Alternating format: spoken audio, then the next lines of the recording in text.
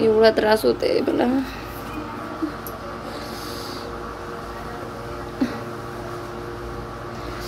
एक महिना झाला माझ्या बोटाला हे आहे, ते नखुलं की काहीतरी म्हणतात.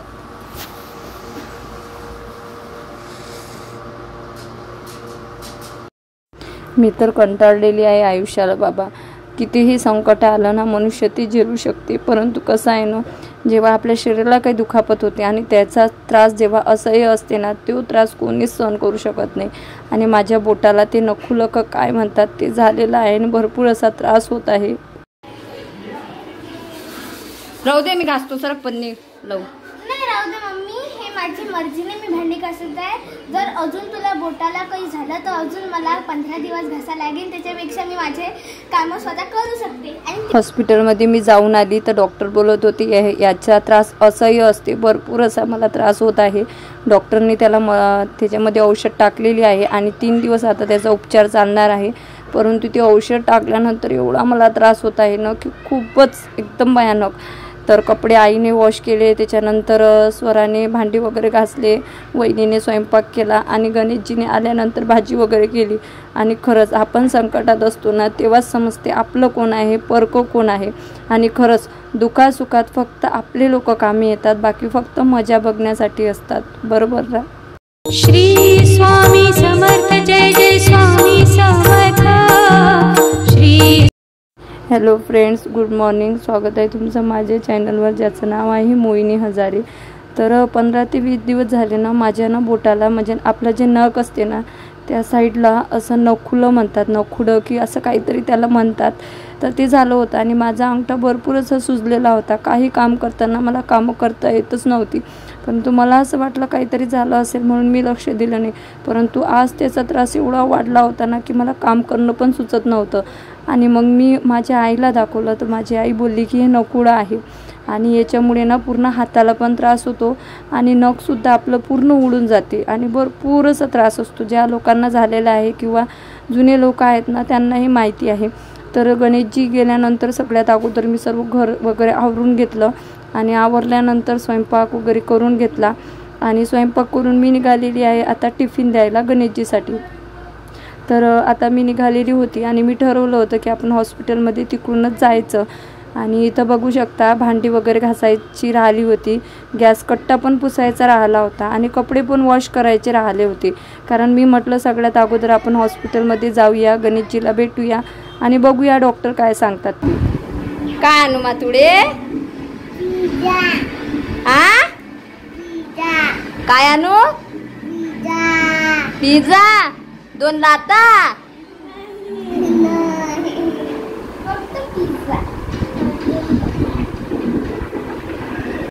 ऊन एवढी भयानक आहे आणि उन्हाळ्यातच हे नकुडं वगैरे हाताला होत असतं आणि विंचू कसा चावतो ना तेवढी आग त्या बोटात आहे सध्या.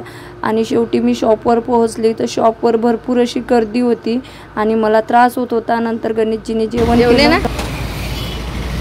जाऊ का मग आता? मग कोणाला फोन लावले? राजा नंबर दे बरं मला, रिचार्ज गाडीचे झालं. मी चालली आता, मला वेळ नाही आहे.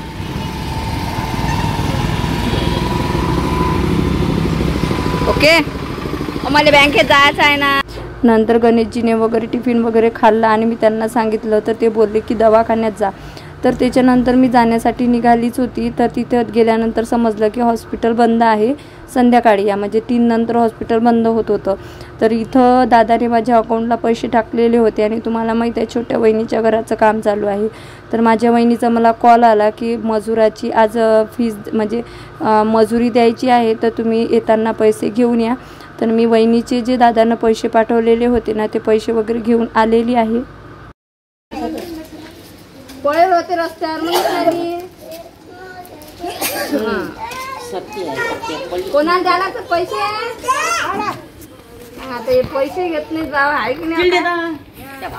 त्याच्या नवऱ्याच्या त्याने घ्याव की नाही तू घेऊ नको.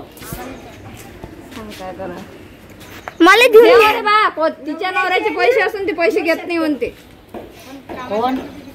तू सून सासूबाई पैसे झाले खर्च, ते काय घे सासूबाईकडे द्या म्हणते. बरोबर आहे. म्हणून घाई करून आणती मला कुत्र्याची आहे ना. दे रे तो होते मग काय घाई करून आणती.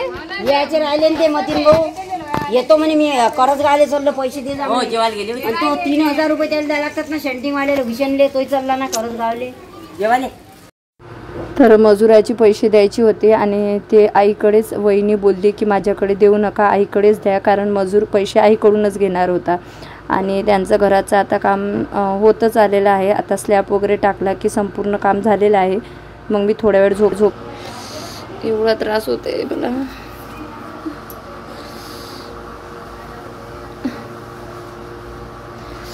एक महिना झाला माझ्या बोटाला हे आहे ते नखुलं की काहीतरी म्हणतात.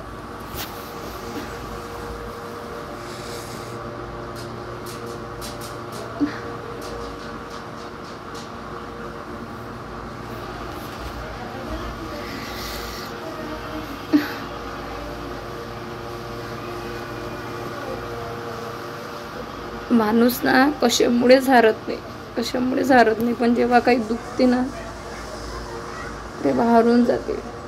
आणि हे जे नखुलं म्हणतात ना हे नखाला झालेलं आहे माझ्या आणि खूप त्रास होतोय.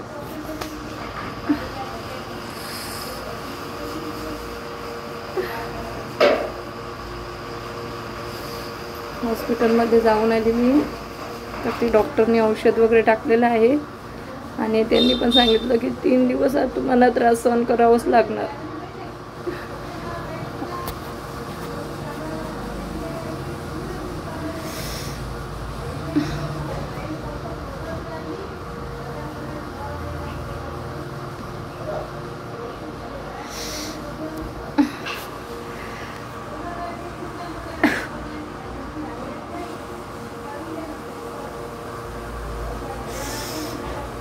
तुमच्याकडे कोणाकडे याचं औषध आहे का? म्हणजे आयुर्वेदिक पण औषध असते म्हणतात याला. कोणतं तरी पण कळतच नाही काय लावायचं. हे पूर्ण माझं नख खराब झालेलं आहे आणि कशातच हात म्हणजे काहीच करता येत नाही आहे. आणि पाण्यात जर हात टाकला तर हे वाढणार आहे. त्याच्यामुळे डॉक्टर बोलतात 3 दिवस तरी तुम्ही पाण्यात हात टाकू नका.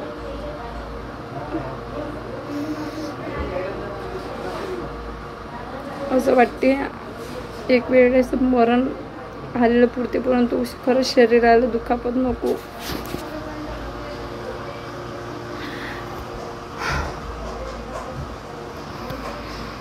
काय सुरू आहे माझ्या आयुष्यात तेच समजत नाही. थोडंसं सुखाचं दिवस आले की काही ना काही सुरूच राहत आहे. मी तर कंटाळली आहे दुखण्याला. जसं जसं आपलं वय होत जाते ना तर तसं आपली बॉडी साथ देत नाही.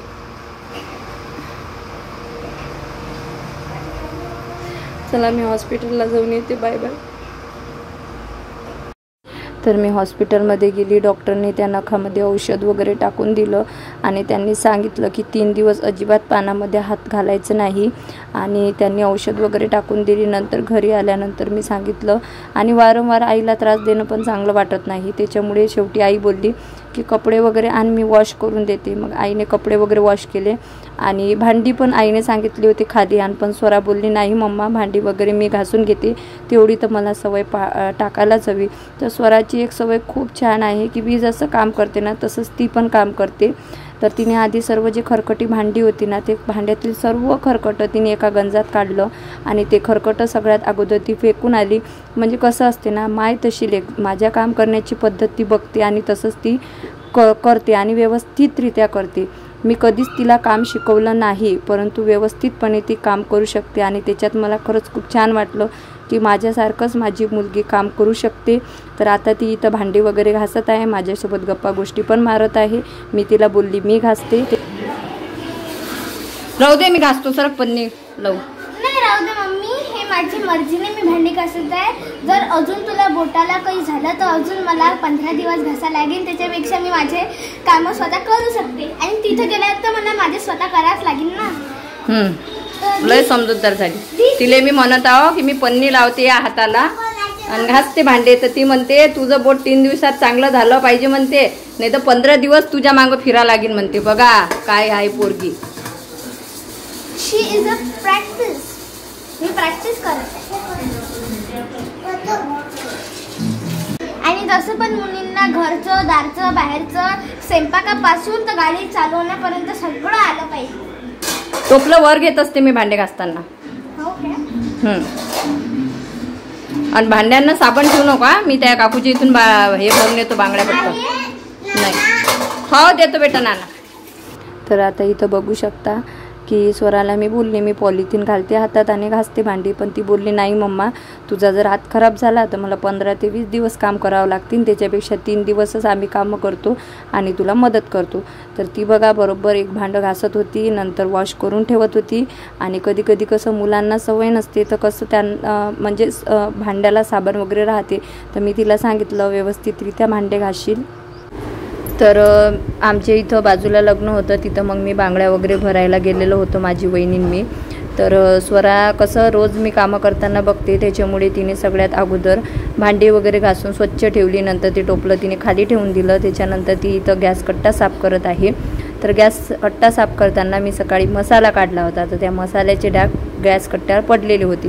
तर तिने ते मस्तपैकी घासणीने वगैरे स्वच्छ करून घेतले आणि त्याच्यानंतर तो कपड्याने तिने स्वच्छ करून घेतला. नंतर गॅस वगैरे स्वच्छ करून घेतला आणि तिने हा शूट ना जुन्या मोबाईलमध्ये करून घेतला होता, कारण तिला माहिती आहे की आपली मम्मी कामं करताना ब्लॉगिंग पण करत असते. तर तिने सुद्धा हे शूट वगैरे घेतलेला होता आणि ते पाहून मला पण खूप छान वाटलं की चला जरी स्वरा कधीच कामं करत नाही, परंतु तिच्या अंगावर जर जबाबदारी पडली तर ती काम करू शकते. झालं का मग राणी? खरं झालं? दाखव.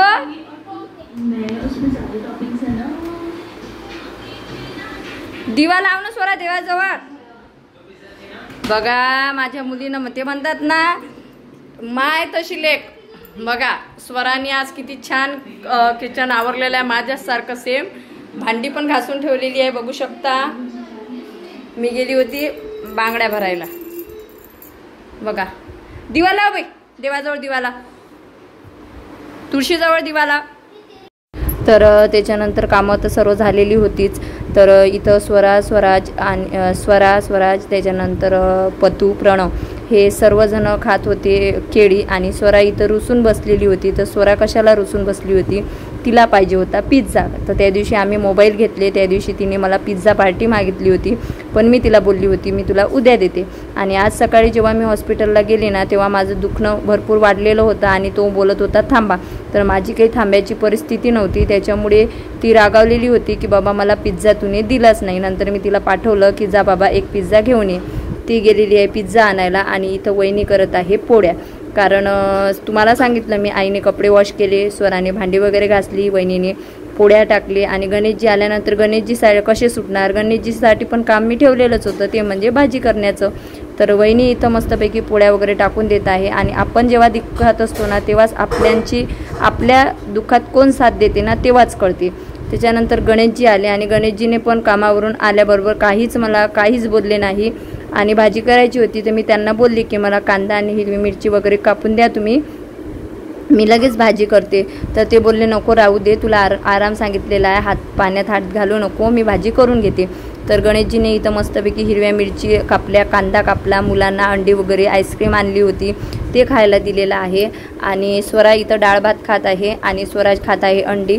आता गणेशजी करणार आहे आमच्यासाठी मस्तपैकी हिरव्या मिरचीचं बेसन आणि ते त्यांनी बेसन केलं. देर से आना बेसन घोटना ए साहेब ये ठीक नहीं, रोज कोई है बहाना.